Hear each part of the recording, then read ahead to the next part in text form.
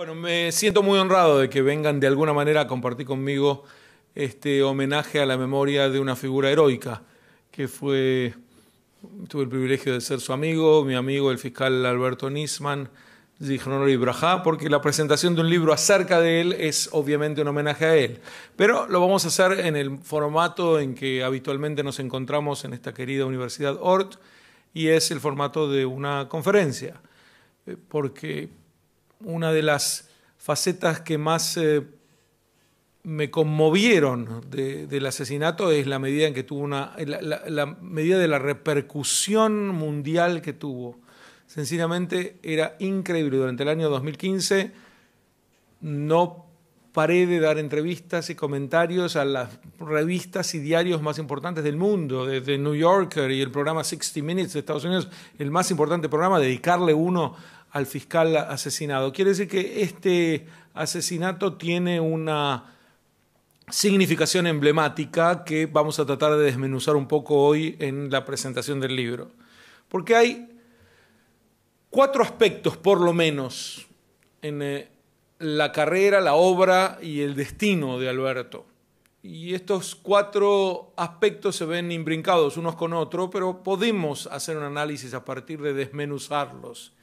Y es el humano, el jurídico, el político y el filosófico. Y voy a ir más o menos cubriéndolos, empezando por la faceta humana. Y no es una descripción caracterológica lo que me va a acompañar para ella, sino el hecho de que en mi libro Morir por la Argentina hago mucho uso de obras literarias como símil de lo que estaba ocurriendo en ese momento. Y una de las obras que tomo es una de las obras más famosas de la historia de la literatura, La Metamorfosis de Kafka. Y hay un capítulo que se denomina así, La Metamorfosis, que por supuesto no se refiere a Kafka, se refiere básicamente a la historia de las relaciones exteriores argentinas, que en un momento fueron objeto de una gran metamorfosis. Y ese momento fue la muerte de Néstor Kirchner. Esta indagación histórica acerca de cuándo la Argentina, por ponerlo en términos muy burdos, decidió entregarse a Irán de pies y manos, fue cuando murió Néstor. Cristina no vio ya ningún obstáculo porque él era el mayor, la voz más vibrante en contra de vender la justicia argentina a Irán, no en contra de que Argentina mejorara sus relaciones con Irán, las comerciales.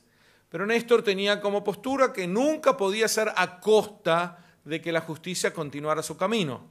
Pero si la justicia continuaba con su camino, era imposible mejorar las relaciones con Irán porque Irán exigía ser blanqueado de los atentados que había cometido.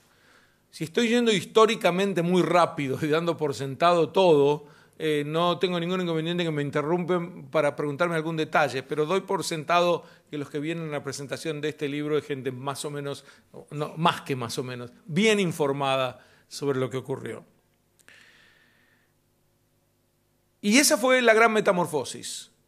Cuando llega Chávez a las exequias de Néstor en la Argentina, Chávez, el gran representante, el embajador de los iraníes en Latinoamérica, el que quería que la Argentina se entregara a Irán como había hecho Venezuela, y llega a esos 3 días de exequias interminables después de la muerte de Néstor, los pasa con Cristina, y aquí viene una especulación. Voy a tratar de discriminar claramente entre lo que son verdades irrefutables y lo que son meras especulaciones de mi parte. Mi opinión es que ese fue el momento en el que Chávez, aprovechando la soledad, la larga soledad con Cristina, la convenció de que ya no cabían dobles juegos, o se estaba con Irán o se estaba en contra de Irán, y el camino revolucionario indicaba que había que aliarse a Irán, que como ustedes saben es un país, la cúspide del progreso de la humanidad. Y lo digo con esta ironía, porque en el libro acuño un término que empleo reiteradamente y es la alianza progre medieval. Y es estos que hablan en términos revolucionarios, pero cuando tienen que unirse a algún grupo, se unen a lo más retrógrado que haya en el planeta Tierra, en donde hay flagelación de mujeres adúlteras y donde hay amputaciones y decapitaciones de homosexuales y penas de muerte por crímenes rituales. Ese país, aliado con los llamados progres, es el fantoche máximo en el que ha caído lamentablemente, y lo digo en serio, yo que nunca fui izquierdista, pero lamentablemente en el que ha caído la izquierda hoy en día, en las garras de esta alianza progre medieval. Y esa fue la metamorfosis. A partir de entonces, Argentina cambia la política exterior y se nota en cada paso que da. Y de ella hablo en el libro, en ese capítulo. Pero cuando me refiero a la faceta humana de Alberto, estoy aludiendo a otra metamorfosis, que en el libro se deduce, pero no se explicita. Y es la metamorfosis de un hombre, de la cual tuve el privilegio de ser testigo cercano, que se va transformando de ser un fiscal gris y menor y totalmente desconocido, en ser un adalid mundial por la justicia, en tomarse tan a pecho su nueva misión que se siente tocado por una varita mágica para continuar este destino que ha caído en sus manos, que él no ha buscado, pero que entiende como un llamado. Esto lo voy a cumplir hasta el final, caiga quien caiga. Y caiga quien caiga incluía a él mismo. Hace poco en un reportaje que me hizo Nelson Castro en Buenos Aires, que pueden ver en YouTube también, se me deslizó esta comparación con Alberto. Él me pide una especie de evaluación en retrospectiva. Y le digo, mira, con todos los defectos que uno pudiera atribuirle a Alberto Nisman, hay uno que hasta sus peores enemigos, hay una virtud que hasta sus peores enemigos admitirían. Y es que él estaba dispuesto a ir hasta el final por lo que creía justo. Yo no conozco muchas personas así, que están dispuestas a entregar su vida por lo que creen que es el camino de la justicia. Y esta fue una metamorfosis real, ver la transformación del individuo en un adalid de la justicia que no buscó este estrellato, pero que lo asumió con una responsabilidad idealista como pocas veces se ve en la modernidad. Y de ahí los diálogos que abundan en el libro son precisamente aquellos diálogos que mantuve con él a lo largo de más de una década de amistad, incluyendo, digamos, cuando uno lee va a haber muchos diálogos y estos a veces parecen un poco frescos, tal vez producto de una pluma creativa, pero no es así. Son el registro de lo que nos ocurrió, nos iba ocurriendo.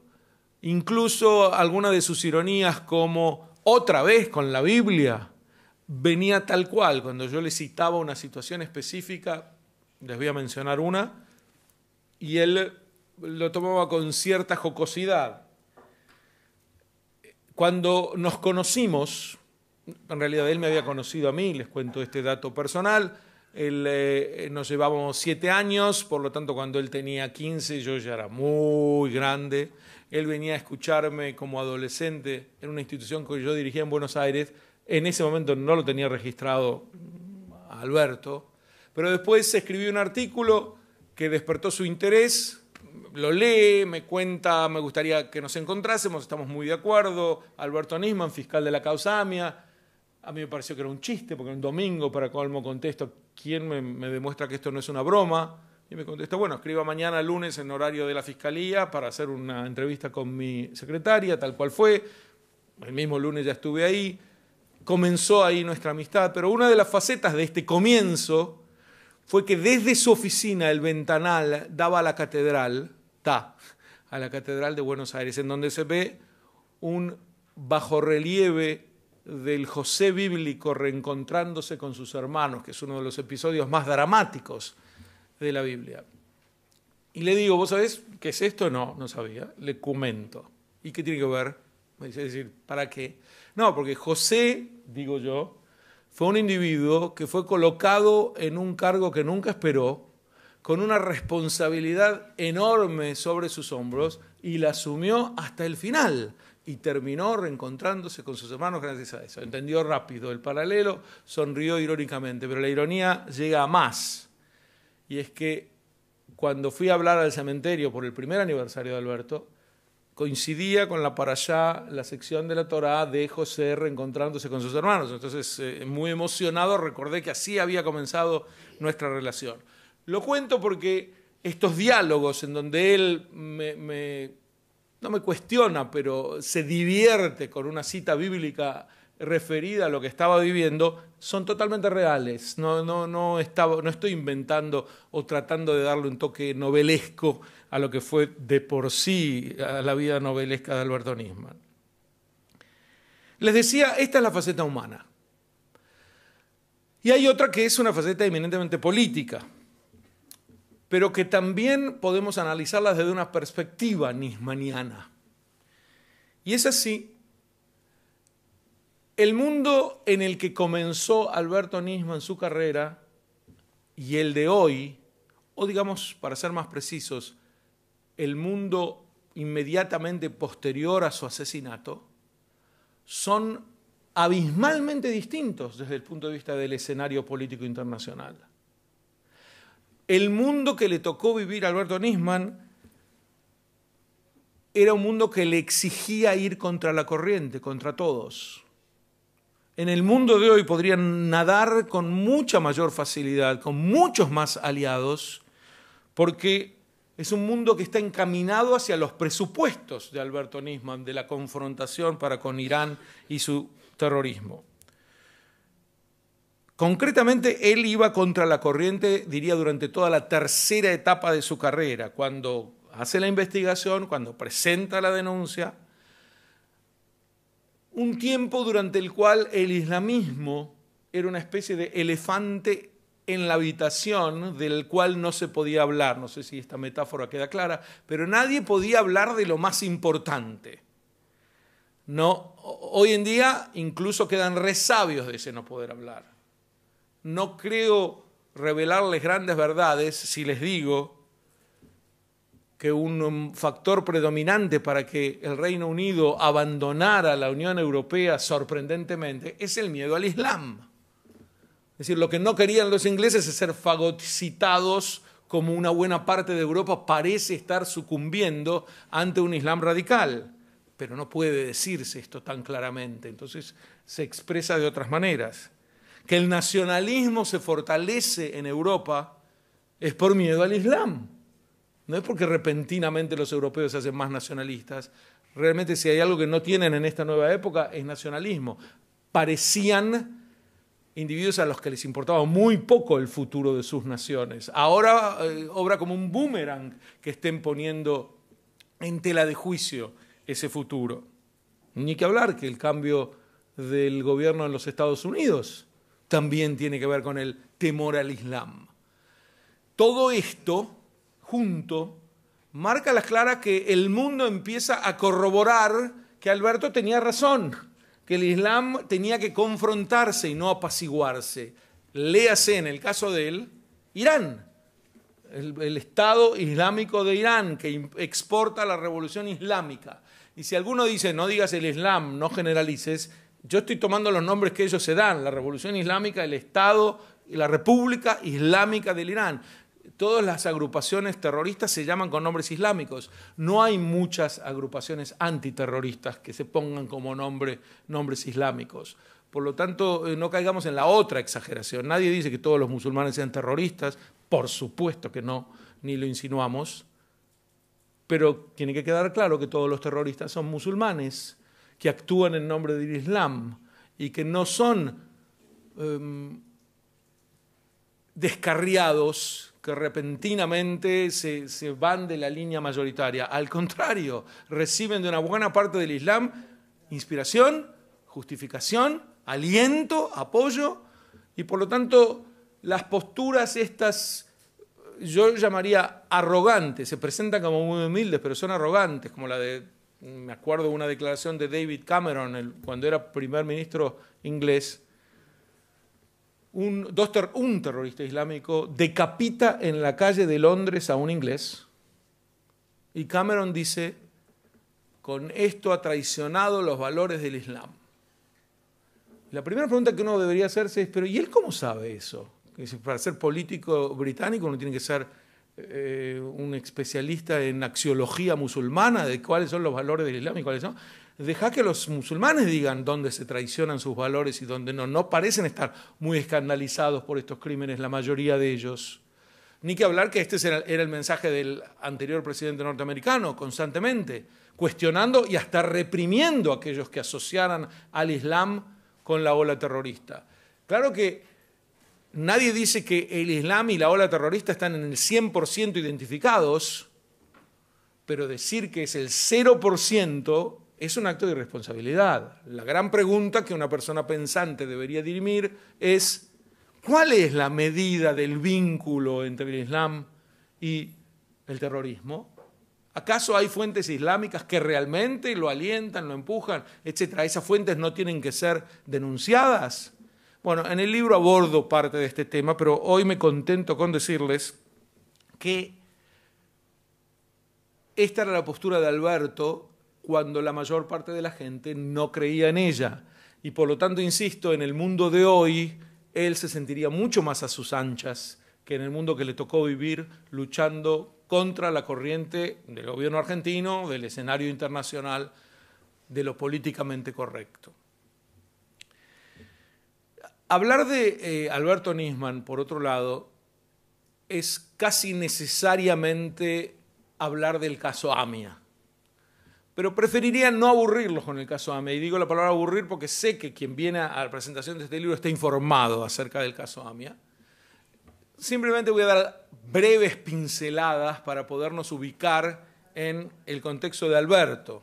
Es más, ustedes saben que mi libro que hoy presentamos, Morir por la Argentina, es una especie de corolario del previo libro sobre Alberto que se llama Matar sin que se note. El anterior, publicado en el 2009, narra su obra en el momento cúspide de su carrera. Morir por la Argentina narra las circunstancias que llevaron al asesinato. Desde mi punto de vista, el cambio fue muy grande porque Matar sin que se note tiene información que me proveía Alberto. Yo obtenía casi toda la información. No es que él me la daba necesariamente, pero me decía dónde conseguirla rápidamente. Y he aquí que cuando debí escribir Morir por la Argentina y me pareció una necesidad imperiosa, ahora les voy a decir por qué, me encontré sin Alberto. Es decir, ¿de dónde saco ahora la información que él me daba con tanta fluidez? Bueno, me las ingenié un poquito con un método de estos diálogos que les acabo de contar, pero tampoco quiero contarles todo el libro. En todo caso, sí me detengo en por qué era una necesidad imperiosa, y diría que son dos los motivos. Primero, que, no sé si llamarlo desgraciadamente o no, obviamente el asesinato fue una gran tragedia, pero como consecuencia del asesinato, Matar sin que se note se transformó rápidamente en un bestseller. Y de alguna manera era un homenaje a él, que todo el mundo conociera su obra. Entonces sentí que había un compromiso. Tanta gente leía Matar sin que se note, me consultaban, me llamaban para hablar sobre el tema, etcétera, etcétera, que hacía falta complementarlo con el libro acerca del asesinato. Pero la segunda causa es mayor. Es decir, ustedes saben que a veces los motivos negativos obran con mayor fuerza que los positivos. Y es que en medio de la campaña de desprestigio organizada que se había lanzado contra Alberto, tratando de deslegitimarlo, de mostrarlo como un rufián, como un abusador, estafador, todo lo que quieran, alguien tenía que salir a decir la verdad sobre este señor. Y me pareció que era una obligación de mi parte hacerlo. Y ahí la motivación segunda de Morir por la Argentina. Pero le decía que la complicación de hablar del caso AMIA, tan ligado con Alberto, resulta del hecho de que uno habla del caso AMIA y es una especie, hay un periodista argentino que lo llamó así, son una colección de muñecas rusas. Es decir, uno abre y saca caso AMIA y después adentro está el encubrimiento y adentro está la bomba en la embajada y adentro está el Hezbollah y adentro está los policías mafiosos y adentro está la conexión local que no se investigó y después la denuncia de Nisman y uno se pierde en el laberinto y realmente no sabe de qué está hablando, no sabe de qué está hablando cuando alguien le dice el caso AMIA. A mí me pasa hasta hoy, que si alguien tuve en los medios en Uruguay gracias a la gestión de Erika en televisión y en radio y tenía que, cuando me preguntaban algo de la AMIA, tenía que detenerme unos segundos para tratar de dilucidar a qué se refería él cuando me estaba diciendo el caso AMIA. El caso AMIA comienza con el cambio de política argentina en la década del 90 y el presidente Menem, que decide alinearse con los Estados Unidos y cambiar la imagen argentina, sobre todo peronista, del tercer mundo y de los no alineados, para pasar a ser parte de Occidente, que es su lugar natural. Los Estados Unidos responden a esto más o menos diciendo "Welcome to the club", pero con una condición. Argentina no puede transmitirle más tecnología nuclear a Irán. Ya en esa época, estamos hablando hace 30 años. Ya en esa época era un problema el tema de que Irán quisiera a toda costa conseguir tecnología nuclear en el mundo y Argentina es, yo no lo sabía, lo descubrí a partir del caso AMIA que empecé a investigarlo, es uno de los grandes proveedores de esta tecnología en el Instituto Balseiro en Bariloche. Había muchos estudiantes iraníes. Menem contesta no hay ningún problema. Es más, incluso en la primera guerra del Golfo contra Saddam Hussein manda un crucero argentino, simbólico, no es que la guerra se ganó por eso, pero por lo menos simbólico. Argentina estaba peleando junto con los Estados Unidos contra una dictadura de los no alineados, alineados sí, eran alienados, pero no alineados, y los ayatolás se enojan por este cambio de Menem y ponen la bomba en la embajada de Israel en 1992. Menem, desaforado, dice, pero esto es una locura, sale por televisión diciendo que son bestias, utilizan los términos más duros y dice, no suspendemos el traslado de tecnología, queda cancelada para siempre, olvídense de nosotros, chao. Y los ayatolás se enojan más y ponen la bomba en la AMIA. Y ahí pasa que varios ministros de Menem, que otra vez había salido por televisión exasperado, enojadísimo por lo que había ocurrido y decía que había que poner pena de muerte para los terroristas y cortar toda relación con Irán, etc. Esto fue la primera semana, la espontánea, pero dos ministros, y no voy a agobiarlos con nombres, todos los nombres están en Matar sin que se note. Alguien me lo señaló como defecto y otros como virtud, no lo sé hasta hoy. Les cuento en una confesión de autor, Matar sin que se note fue traducido al inglés. Y ahí, To Kill Without a Trace, se llama. Y ahí cometí un error que hasta hoy le reprocho a mi editor no habérmelo hecho notar. Y es que para un lector argentino, y aún para un latinoamericano, la mayor parte de los nombres que aparecen en Matar sin que se note son más o menos conocidos. Puede ser algún político que no, pero en general son conocidos. Entonces uno pasa el texto, aún cuando tiene muchos nombres, más o menos con fluidez. Para un lector en inglés no tiene la menor idea y si en cada página hay 2 o 3 nombres, lo marea inevitablemente. Me di cuenta después. Por lo tanto, si tuviera que hacer una nueva edición de Matar sin que se note en inglés, le quitaría las 3/4 partes de los nombres que tiene.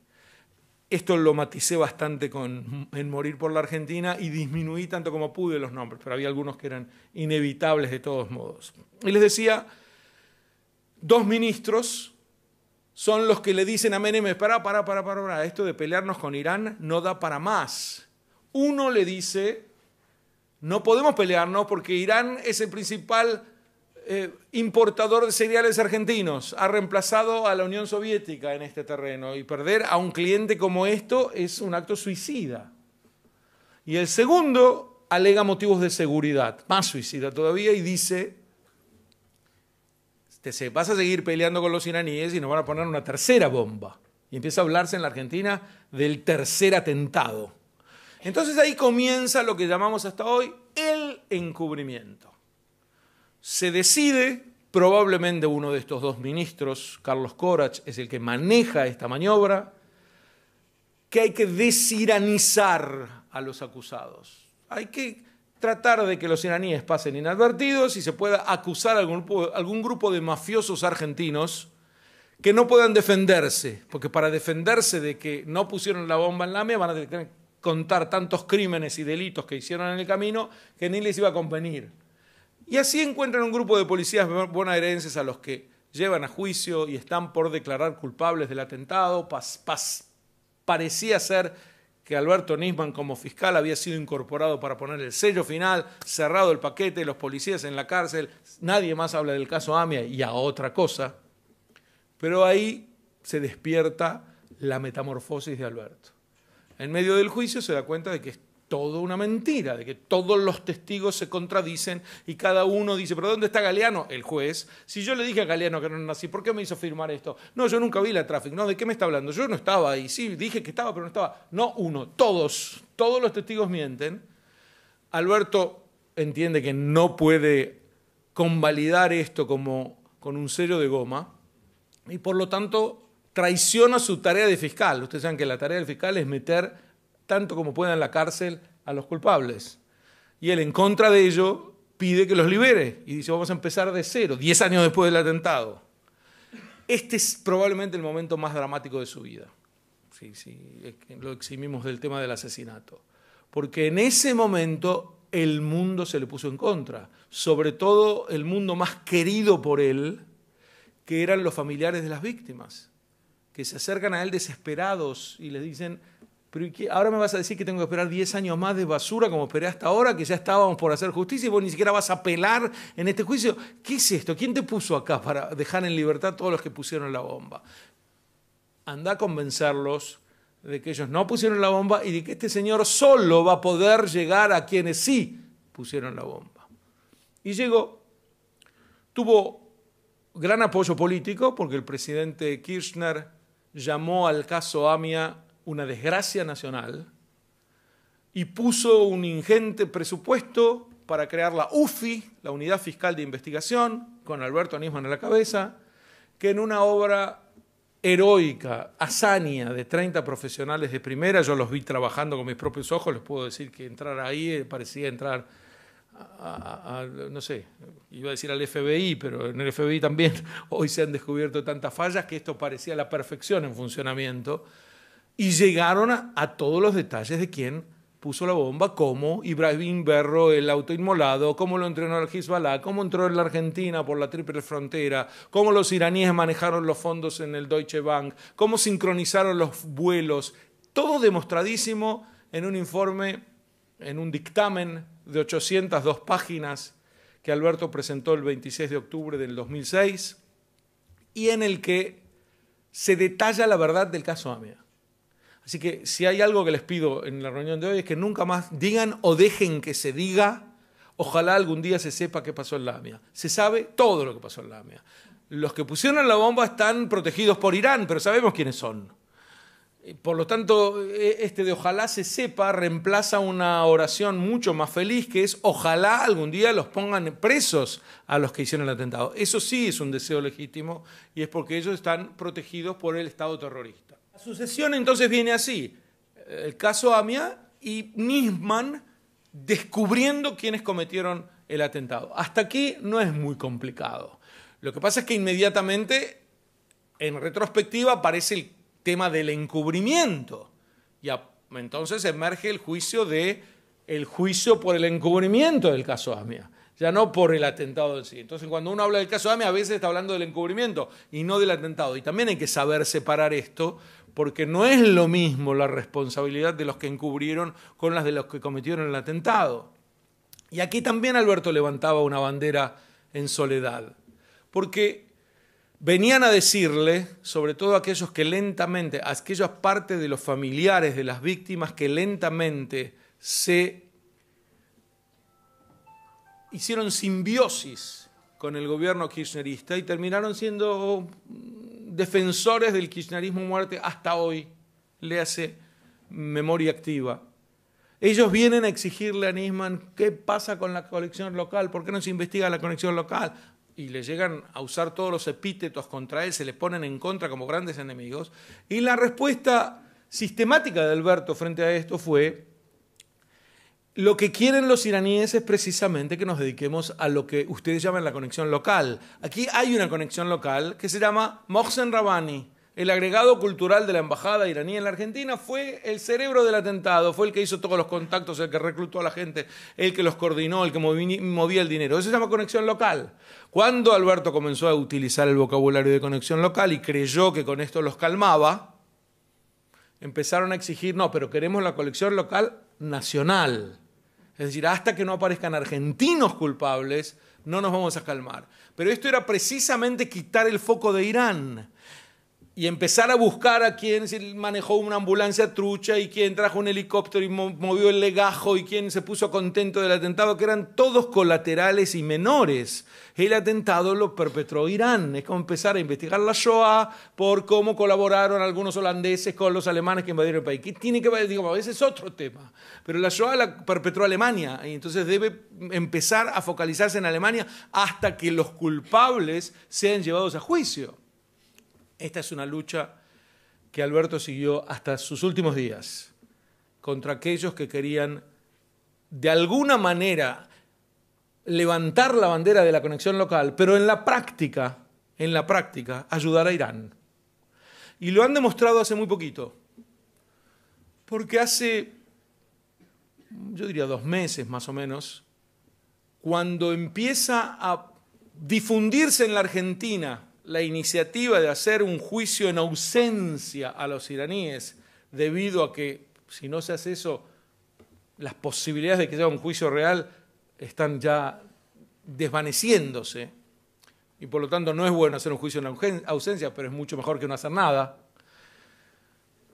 Memoria Activa sale con una carta tremebunda contra y exigiéndole a Macri que ni se le ocurra semejante cosa, con todos los epítetos más fuertes contra el gobierno actual argentino, pero con 2 palabras al final, tiene unas 5 páginas, hay 2 palabras al final que descalifican toda la carta.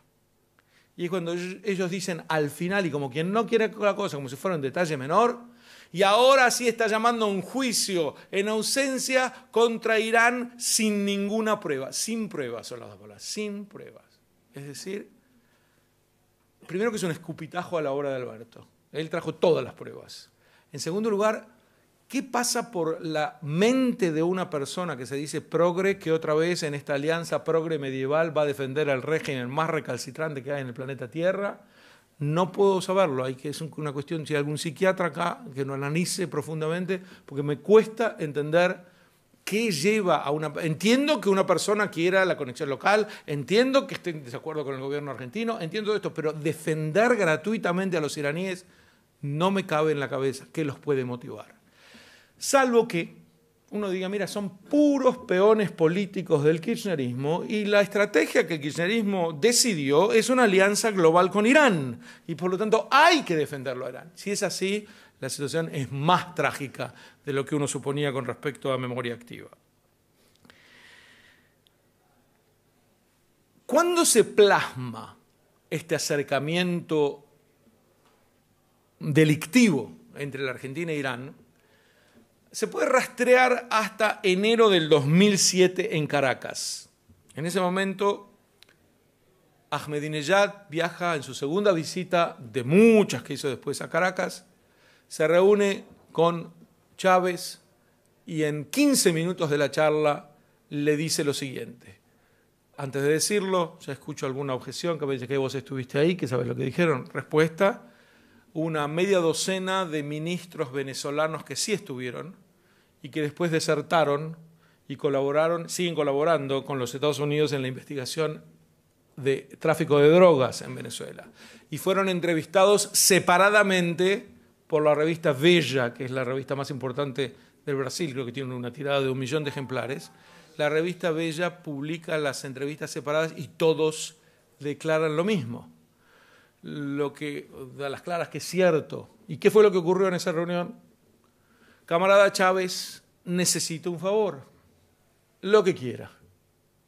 Necesito que usted intermedie con la Argentina, porque hay un fiscal allí que ha logrado que Interpol emita lo llamado las alertas rojas contra nuestros ciudadanos que no pueden salir de Irán, en realidad podían si iban a Bolivia o a Nicaragua, que no pueden salir del país, porque en teoría cada vez que salieran del país, cualquier policía de cualquier país del mundo debería detenerlos, así es la situación hasta hoy.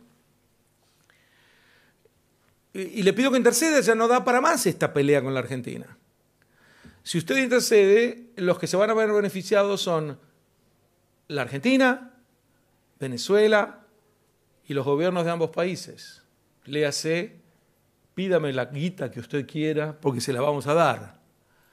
Y ese dinero iba a ir no solamente para el país, iba a ir para los que lo administraban. Ustedes saben que todos se basan mucho en la revolución y la defensa de la revolución, quieren decir la revolución. Es decir, se apoderan de un país con un mandato superior y como defensores unánimes de los intereses del pueblo, se dedican a robar. Esto fue palpable en la Argentina, ni que hablar que en Venezuela, pero vino fantástica la propuesta. Entonces, aquí comienza el intento de Chávez, que se compromete a lograrlo, de blanquear a Irán a cambio de dinero. Y el dinero empieza a fluir. Yo recuerdo que en esa época, cuando veía que Chávez dilapidaba fondos en todos los países haciendo campañas políticas, ni que hablar del dinero que iba a los cubanos, no tiene límite, pensaba, mira, pobres venezolanos, lo mal que la pasan, no viven en la gran abundancia, y tienen que encima estar viendo con sus propios ojos cómo se derrochan todos los recursos de Venezuela en campañas políticas en el continente. Hoy debo decir en retrospectiva que Chávez ese pecado no cometió, porque la plata no era venezolana, era iraní. Él estaba canalizando la plata que llegaba de Irán, pero en ese momento nadie lo sabía. Ahí comienza el intento. Néstor Kirchner se opone. Y aun cuando no fuera presidente, era el presidente del partido, pero comete un grave error Néstor Kirchner y es que se murió. Y cuando se muere en octubre del 2010, en ese momento Cristina decide que esto cambia. Y a los pocos meses, Timerman, el canciller argentino, se reúne con el canciller iraní Salehi en secreto, en ese momento en secreto total, en la ciudad de Alepo, enero del 2011, y firman un acuerdo del cual el canciller argentino tuvo una muy mala suerte. Y es que el canciller iraní informó de este acuerdo a su presidente, pero la carta con la que le informó, el memorando, no estoy hablando del memorracho, al que yo llamo el memorracho al memorando de entendimiento entre Argentina e Irán, firmado en enero del 2013, es decir, 2 años después. Todavía estamos en el 2011. Y en ese momento, Salehi informa a Ahmadinejad la siguiente frase que pone la piel de gallina: la Argentina ya no está interesada en resolver los atentados. El único periodista argentino que tuvo acceso a la carta, porque ésta trascendió algunas pocas embajadas occidentales, fue Pepe Eliashev, que la publica que Argentina está entregando la justicia a cambio de dinero a Irán. Nadie le creyó. Todo el mundo supuso que era una exageración, ni que hablar que el canciller argentino salió a los insultos contra este periodistucho que está inventando banalidades. Y debo decirles que Alberto tampoco lo creyó. Yo estaba con él cuando me dijo, bro, estás loco, vos mirá si van a hacer semejante cosa. Cuando después se enteró que semejante cosa la estaban haciendo, y mucho peor de lo que él creía, ahí podemos entender la dimensión de su estupefacción. Es decir, lo que lo choqueó esta gran traición en la Argentina. Pero todo había comenzado ahí y llegó a su cúspide en el 2011 en Alepo. Ahí, Ahmadinejad y Chávez establecen esta famosa línea, la que se llamaba aeroterror en la jerga habitual, que era Caracas, Damasco, Teherán, Teherán, Caracas, Damasco, que básicamente traía de allá drogas, llevaba pasaportes, traía armas y matones. Era una línea que no utilizaban turistas que iban a la playa. Tanta frecuencia a ir a las playas de Damasco y de Teherán para los venezolanos no se justificaba. Era una línea establecida para lo que acabo de decir, y estaba a cargo de ella un activista del Hezbollah, que en ese momento, créase o no, nos cuesta creerlo siendo latinoamericanos, era el ministro del Interior de Venezuela, Tareq El Aissami. Por suerte ya no es ministro del Interior, es vicepresidente de Venezuela hoy. Así que imagínense cuando murió Chávez y Venezuela quedó en manos de Maduro, la mayor parte de nosotros pensamos, mira, creíamos que no podía haber peor, la historia trae sorpresas.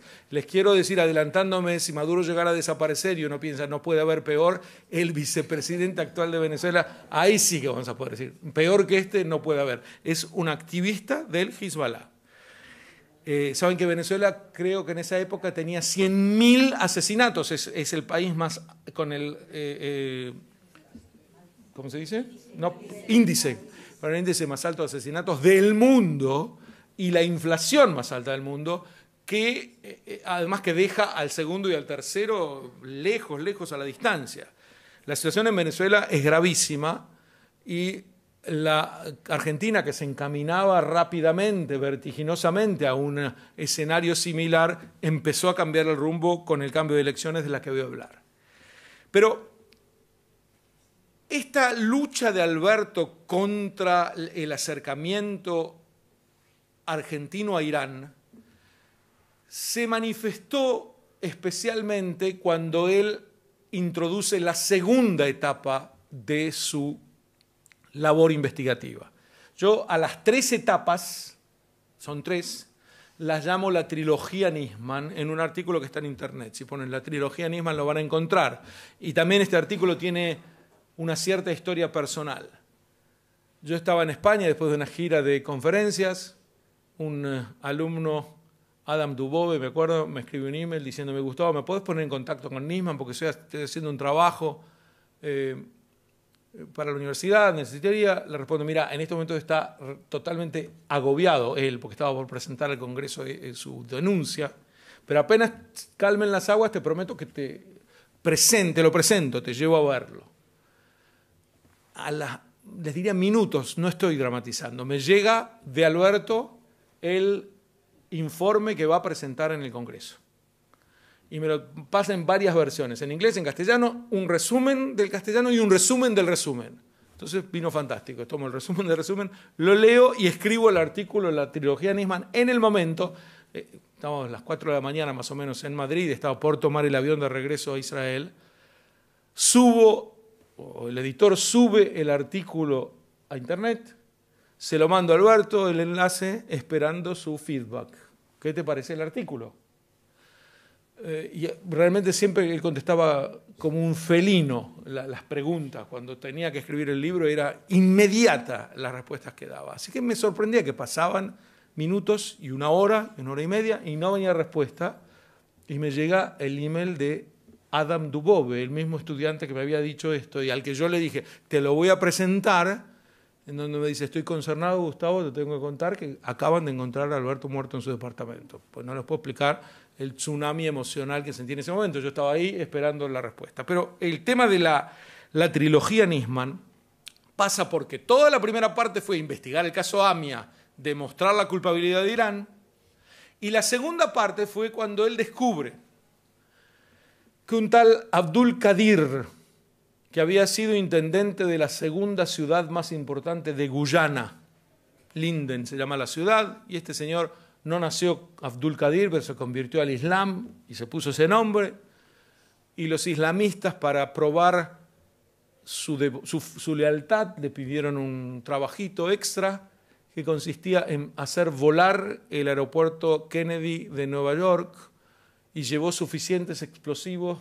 que si hubiera tenido éxito, porque había una especie de destilería en el lugar que habría explotado con el aeropuerto, si hubiera tenido éxito, hoy en día lo recordaríamos ese atentado como el de las Torres Gemelas, pero lo capturaron a tiempo y hoy en día está sirviendo cadena perpetua en los Estados Unidos. Pero Alberto, cuando ve este atentado, él no tiene mandato para investigar un intento de atentado contra los Estados Unidos hecho por un hombre de Guyana que se convirtió al Islam, no tiene nada que ver con el caso AMIA. Salvo que su intuición fuera cierta y este Abdul Qadir estuviera relacionado con Mohsen Rabbani, el que hizo el atentado en la Argentina. Si fuera cierto que están vinculados, entonces sí tiene mandato para esta investigación. Y descubre que no solamente estaban vinculados, sino que Qadir respondía a Rabbani, es decir, era su subalterno. Entonces él también concluye la segunda etapa de la trilogía, en donde demuestra ya no que Irán es culpable de la bomba en la Argentina, sino que es la cabeza de una red terrorista internacional con células dormidas en muchos países, y digamos de paso que están dormidas gracias a Alberto, porque el hecho de que él pusiera el foco sobre las actividades sediciosas de Irán en el mundo logra que ellos empiecen a actuar con mucha mayor cautela. Pero aquí viene la gran frustración. Cuando Alberto presenta su dictamen del 2013, esta vez 502 páginas, en donde muestra este liderazgo terrorista iraní, la reacción del gobierno argentino es muy fría. Los aplausos que había habido en el del 2006, ahora en el 2013, es un bueno. Lo que le hace sospechar que hay algo raro aquí. Aquí hay una connivencia que no llega a detectar. ¿Por qué el gobierno argentino reacciona tan fríamente frente a este descubrimiento que hace de Irán un delincuente internacional? Y la respuesta es que el 27 de enero del 2013 la Argentina ya había firmado el memorracho, el memorando de entendimiento con Irán, que presentaban como si esto fuera el comienzo de una acción concreta entre los dos países para investigar juntos qué pasó en la AMIA. Entonces, imagínense, la resistencia francesa y la Gestapo tenían que investigar juntos qué había sido de la vida de los franceses torturados en las cárceles alemanas en la Segunda Guerra. Más o menos así. Esto de investigar juntos, el memorracho en general, era absolutamente incumplible. Alberto, por supuesto, estaba muy airado con esto, pero como para tranquilizarse a sí mismo decía, no nos preocupemos, esto no se puede llevar a la práctica por varias cláusulas que lo hacen absolutamente improcedente, además de inconstitucional. Yo las detallo en el libro. Pero el hecho es que lo más sorprendente era que la Argentina firmara con Irán un acuerdo para investigar juntos, que parecía estar vendiéndole la justicia argentina a los iraníes, porque además para investigar juntos había que darle toda la información sobre qué había investigado la Argentina hasta ese momento, incluida la que tenía que ver con iraníes que habían colaborado con la investigación. Imagínense el destino de esos iraníes si esto se llegaba a consumar. Mientras tanto, el dinero seguía fluyendo. Venezuela había comprado en el 2007 ya 1.800 millones de la deuda argentina. Hacia el fines del 2008 Venezuela ya tenía 8.000 millones de dólares de la deuda argentina. No sorprende que lo llamaran, no es cita mía, así lo llamaban, Huguito, el presidente y la presidente y los ministros al presidente venezolano, porque realmente si alguien te da 8.000 millones de dólares, vos también lo llamarías Huguito. Pero la idea central es que mientras el dinero fluía, todavía no estaba claro que el país estaba siendo vendido en estas dimensiones. Hay un relato, y aquí entramos en la tercera parte de la investigación, de la trilogía. Hay un relato de Borges, diría uno de los cuentos más brillantes, que se llama El tema del traidor y del héroe, de 1944. En donde narra que un revolucionario irlandés, Fergus Kilpatrick, notando que se está traicionando la causa de Irlanda desde las filas de los revolucionarios, pide una indagación de quién es el traidor. Y para hacerse las cortas, perdón para el que no conoce el cuento porque se los voy a arruinar ahora, la investigación llega hasta sus últimas consecuencias y nota que el traidor es él, el líder. Esto es más o menos lo que pasó en la Argentina. El gobierno argentino le había dado el mandato a la UFI para que investigara hasta las últimas consecuencias. La UFI muestra la culpabilidad de Irán, después muestra que Irán es cabeza de una red internacional y después muestra que el gobierno argentino está traicionando a la patria. Es decir, aquellos que le dieron la orden de investigar se dan cuenta en un momento de que los están investigando a ellos. Ahora, así como nos preguntamos, ¿pero Alberto tenía mandato de investigarlo a este Abdul Qadir? Uno podría preguntarse, ¿pero Alberto tenía mandato de investigar al gobierno argentino? No, pero no necesitó investigarlo, porque él estaba investigando a los iraníes y repentinamente se da cuenta de que hay llamadas telefónicas reiteradas de Irán a la Argentina. Esas llamadas sí las puede escuchar. Y ahí aparecen el séquito de la presidenta, de Lía, Esteche, Larroque, cada uno, Timerman, cada uno haciendo los contactos necesarios de estas relaciones exteriores paralelas que se habían montado para mantener secreta la relación con Irán que llevaba al blanqueamiento de Irán. Alberto descubre esto y en un momento azorado descubre algo más. Y es cuando le traen la transcripción de una de las conversaciones con iraníes en donde un agente argentino, Alan Bogado, le está diciendo a un agente iraní, el doctor se levanta a las 7 de la mañana, sale de su casa a esta hora, regresa a tal hora. Es decir, no sé si conocen muchas traiciones a la patria que perpetra una democracia en donde está entregándole a su propio fiscal al enemigo mortal que había emitido una fatua contra este fiscal para matarlo. Si no están suficientemente escandalizados, ya nada los escandalizará en este mundo, pero les digo que esto responde a la primera pregunta con la que inicié. ¿Cómo podía ser que choqueara tanto al mundo el asesinato de Alberto? Y es porque fue emblemático.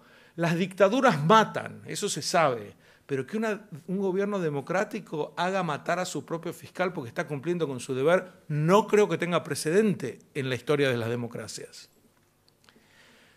Pero Alberto lo ve. Entonces el foco ahora pasa de ser Irán a ser el gobierno argentino. Y la presidenta lo descubre. Cuando se da cuenta de que la investigada es ella, ahí decide decapitar al servicio de inteligencia argentino. En ese momento Nisman hace su famoso viaje por el cumpleaños número 15 de su hija Yara a esquiar a Andorra. Y estando en España se entera de que, en Andorra, perdón por los andorranos, se entera de que empiezan a decapitar al servicio de inteligencia. Entonces se da cuenta que el próximo es él. Si no presenta la denuncia en ese momento no lo va a poder presentar más, porque lo van a echar y van a decir que cualquier denuncia que él haga es la obra de un resentido porque lo acaban de echar. Y es cuando entonces debe decidir y le dice a su hija Yara, yo lo lamento en el alma, hay momentos en la vida de un hombre en que hay que jugarse el todo por el todo. Este es el momento, tenemos que volver a Buenos Aires por unos días. ¿Cómo puede ser? ¿Me trajiste aquí? Bueno, imagínense la discusión.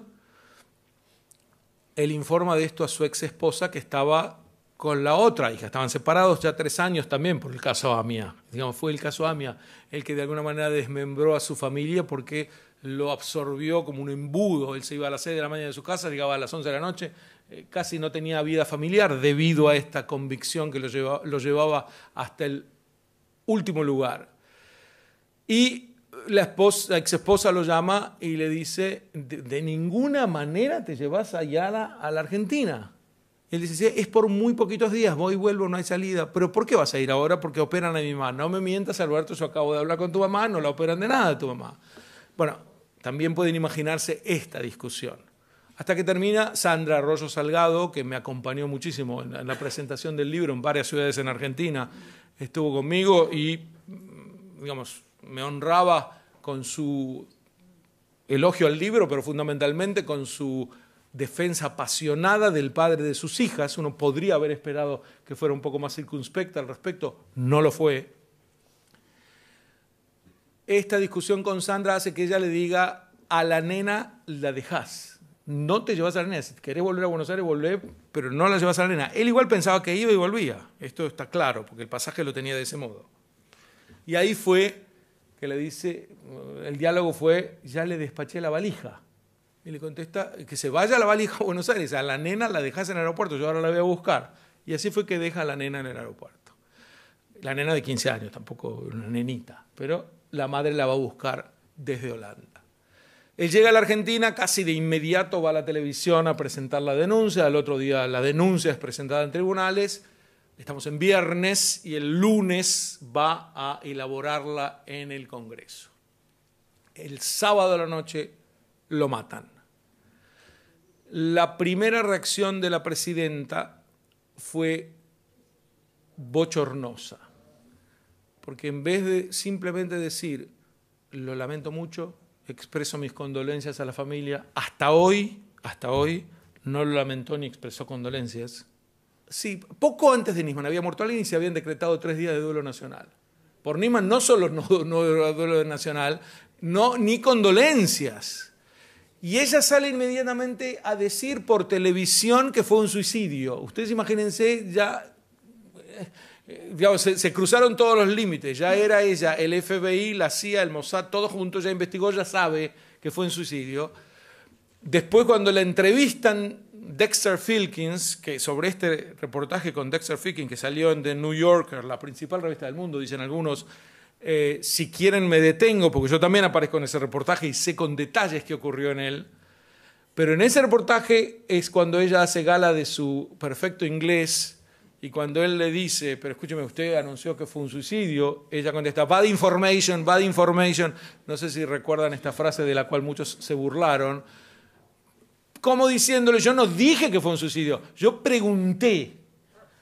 Pero no preguntó si había sido un suicidio, lo que preguntó fue, ¿qué pasa por la cabeza de una persona que se quita la vida?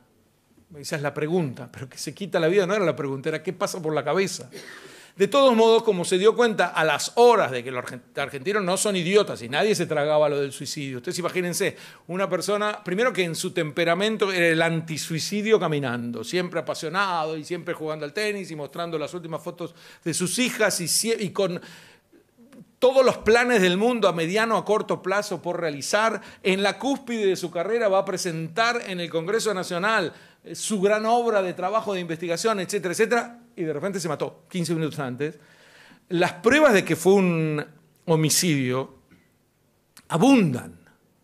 Es decir, hay unas decenas, las enumero en el libro, pero les digo, básicamente, si quieren recordar 2 clarísimas. En el apuro que tuvieron los que montaron el escenario que intentaba demostrar que fue un suicidio, le metieron el arma debajo del hombro izquierdo. Y Nisman era diestro, quiere decir que se suicidó así. 2, el arma Versa 22 que emplearon para matarlo, demostró dejar pólvora en las manos de quien la utiliza siempre. En las manos de Alberto no se encontró nada de pólvora. Es más, cuando la fiscal Viviana Fein anunció por televisión que el resultado era contundente y no había pólvora en las manos de Nisman, dijo una palabra que revela todo. Dijo, lamentablemente no hemos encontrado pólvora en las manos de Nisman. Uno se preguntaba por qué había que levantarlo. Es decir, ella se suponía que estaba ahí para descubrir la verdad, pero en ese momento no estaba para eso. Estaba para montar el escenario del suicidio.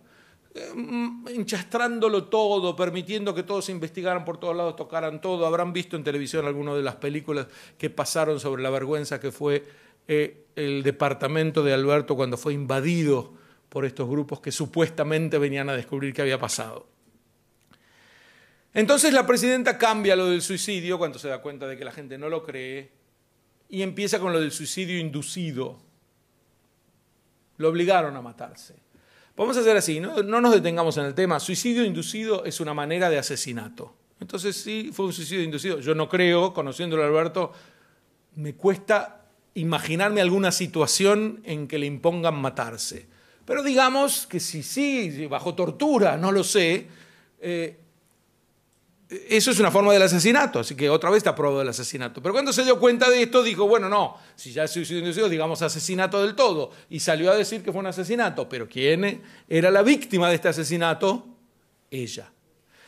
¿Por qué? Porque los que la asesinaron habían sido aquellos miembros del servicio de inteligencia a los que ella había echado y para perjudicarla a ella, porque los echó, mataron a Nisman porque sabía que la iba a complicar. Entonces, imagínense, un poquito rebuscado el argumento, pero la idea es ponerse siempre ella como víctima y como el que está sufriendo.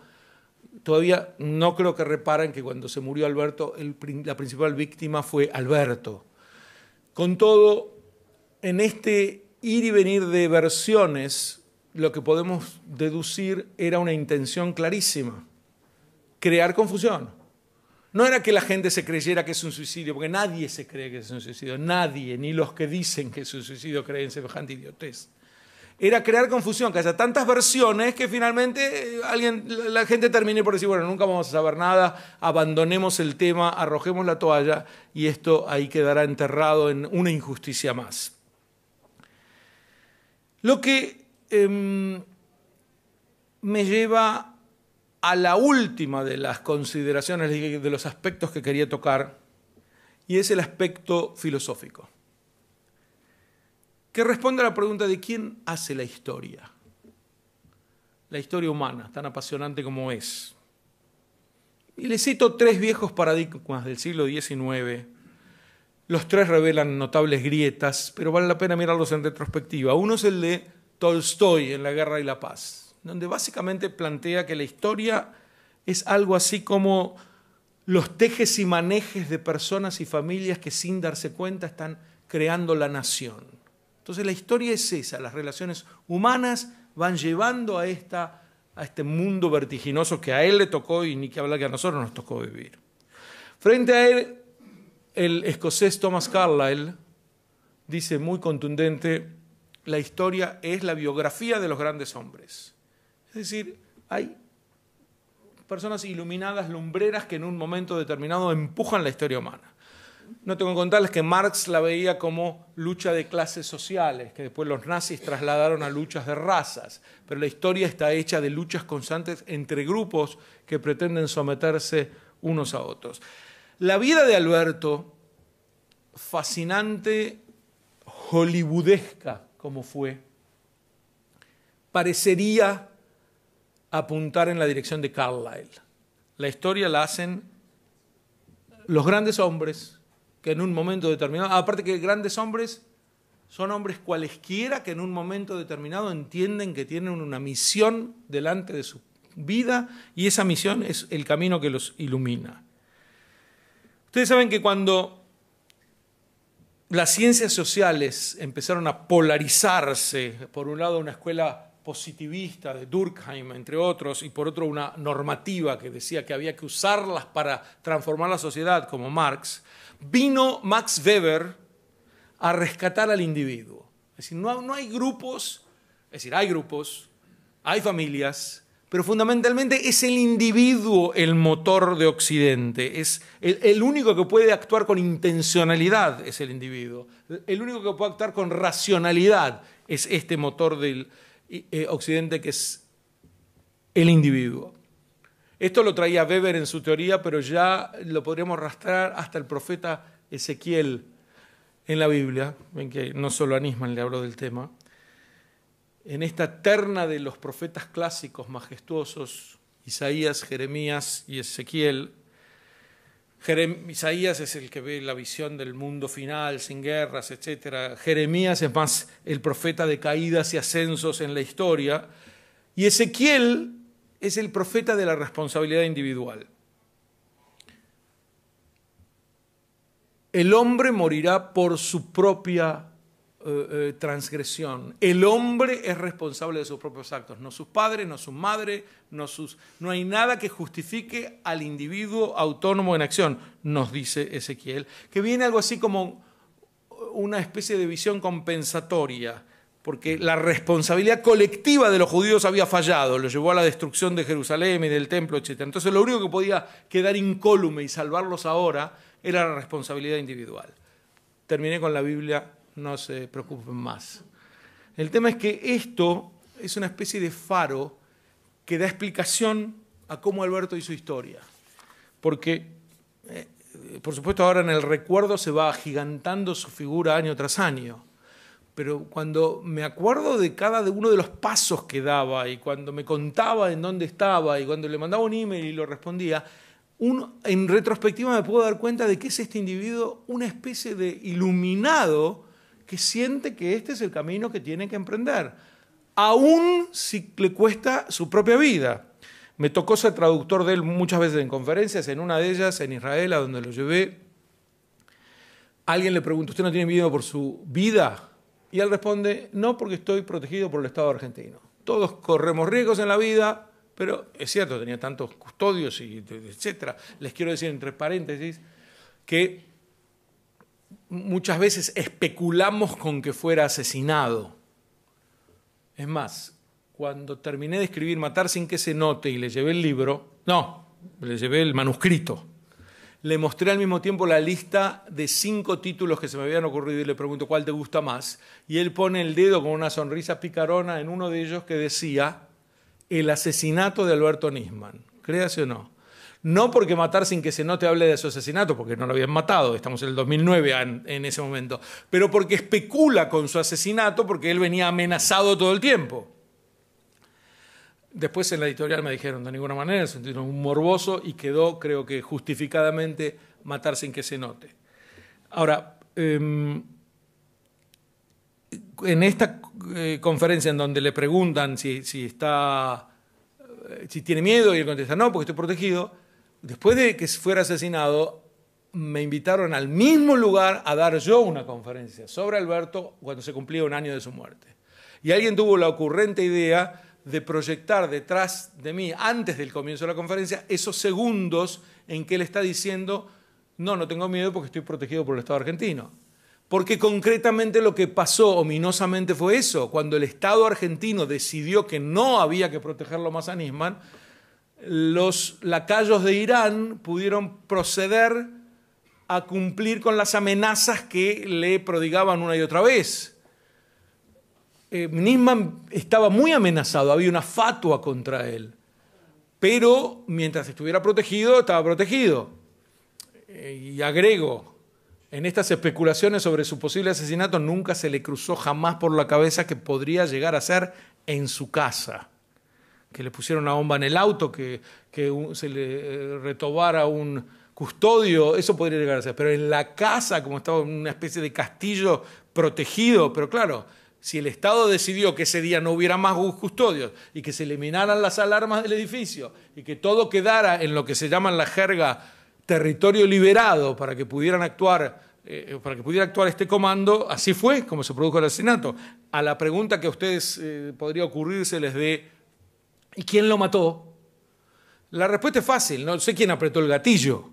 Pero lo mataron los que lo amenazaban con matarlo, que eran los iraníes. Ahora, no hacía falta que estuvieran ellos presentes porque tienen grupos que actúan activados por los iraníes en la Argentina. Léase lo que ustedes dijeron, Quebracho, Desteche, Delía. Estos son agentes de Irán en la Argentina. Entonces, algunos de ellos, tal vez con un iraní, no lo sé, son los que penetraron en el departamento gracias a la labor de Lago Marcino, que es un personaje clave en esto, y lo mataron. ¿Cuál era la motivación de Nisman real en esta lucha hasta el final para llegar a la justicia? Él la llamaba la dictadura de las pruebas. Y frecuentemente me decía, vos podés filosofar todo lo que quieras, a mí lo que me motivan son las pruebas. Si tengo pruebas delante, no hay nada que me pueda detener en mi tarea. Si no hay pruebas, yo no actúo. Esto es un capítulo de Matar sin que se note, se llama así, la dictadura de las pruebas. Por lo tanto, frente a esta dictadura de las pruebas y este actuar, diría, científico de un fiscal en el terreno legal, toda diatriba y todo insulto pasa a ser irrelevante. Es decir, que la gente diga que Nisman se metía el dedo en la nariz. Lo que hay que hacer es saltearlo. Las pruebas están. Si alguien quiere discutir con las pruebas, puede discutir con ellas. Todo lo demás, todo lo que se invente acerca de su figura para tratar de desprestigiarlo y de empujarnos a una discusión fútil sobre quién era Alberto, hay que obviarlo, sencillamente obviarlo. Que para mí fue una figura heroica, lo siento permanentemente, me imagino que muchos de ustedes también, pero no es el caso, eso no tiene ninguna importancia. Lo fundamental es que él llegó a las pruebas concretas de todo lo que venimos narrando hoy. Y su causa se transformó en una en un emblema, una especie de esperanza en el ser humano. No dejar la causa Nisman, insistir con ella, llevarla hasta el final, es una especie de fe en que finalmente prevalecerá la racionalidad, la justicia, frente al agravio, frente a la corrupción generalizada. Y yo soy optimista, creo que hay muchas posibilidades de que lleguemos a la verdad. Es lento el camino y exaspera, pero por lo menos es lento avanzando en la dirección correcta y no como hasta hace un año y medio que era trabado y retrocediendo una y otra vez. Esta es la presentación del libro y de mi querido amigo Alberto Nisman, Zichrono Libraja. Si quieren preguntas o aclaraciones. Todo ese material que juntó Nisman, todas esas pruebas, ¿en qué estado está actualmente? O sea, ¿qué tramitación está teniendo? Rafecas intentó enterrarlas, pero hay jueces y fiscales de valía en la Argentina, Germán Moldes, Ricardo Sáenz, Polichita, que lograron ponerlas en movimiento de nuevo. Así que otra vez está. En este momento la gran traba en la Argentina es la Procuradora General, la Gils Carbó, que es un incruste kirchnerista que tiene como único objetivo granjear la impunidad para el régimen anterior. Es difícil en una república donde hay separación de poderes echarla a la Procuradora General. Si ella dejara su cargo, las cosas serían mucho más rápidas. Pero aún con ella podemos avanzar lentamente. Cristina tiene todavía tanto poder que no deje avanzar este proceso. Comparado con el poder que tenía, no tiene nada. Es decir, fue una de las personas que más poder acumuló en una democracia. Sí. Hoy en día está tratando de pegar los últimos manotazos con múltiples causas en contra de ella. Hay quien augura o presagia que ella va a obtener nuevamente algún poder político, no va a volver a gobernar. Ellos, a pesar de que dicen vamos a volver, tendrían que decir vamos a devolver, pero dicen vamos a volver. Con todo, hoy en día es una caricatura de lo que fue. Es una pobre mujer que está tratando de pegar los últimos manotazos para no ir a la cárcel. Pobre, exageré, es una multimillonaria mujer que está pegando los últimos manotazos, pero el poder lo ha perdido casi íntegramente. El caso del asesinato del hijo de Menem tiene que ver con todo este proceso. Yo lo había incluido en mi libro y Nisman lo vio y me dijo, de esto no hay pruebas, lo quitas. No podés hablar de lo que no haya pruebas. Por lo tanto, hay sospechas de que quienes lo mataron al hijo de Menem, que primero que hay sospechas que fue un asesinato y no un accidente, que lo mataron para castigarlo por haber cambiado de política, todo es posible, pero no está demostrado. Y yo seguí el consejo de Alberto, lo quité del libro, porque cada vez que él veía algo en donde no había pruebas concretas, me decía, esto lo sacás porque no está demostrado. Así que es un misterio qué pasó. Hay contradicciones en el tema de la muerte de Nisman. Hay dos versiones. Una la que publicó hace tiempo atrás Debka File, sobre todo el procedimiento de cómo lo asesinaron, y la otra sobre la sospecha del involucramiento de Lago Marcino, que esa es la otra pista. ¿Qué opina usted? De la primera yo también la leí, me sorprendí, traté de investigar y no vi nada. Es decir, suena muy convincente, pero no había ningún indicio fundado sobre cómo relata Debka File que fue el asesinato. Lago Marcino es una pieza clave.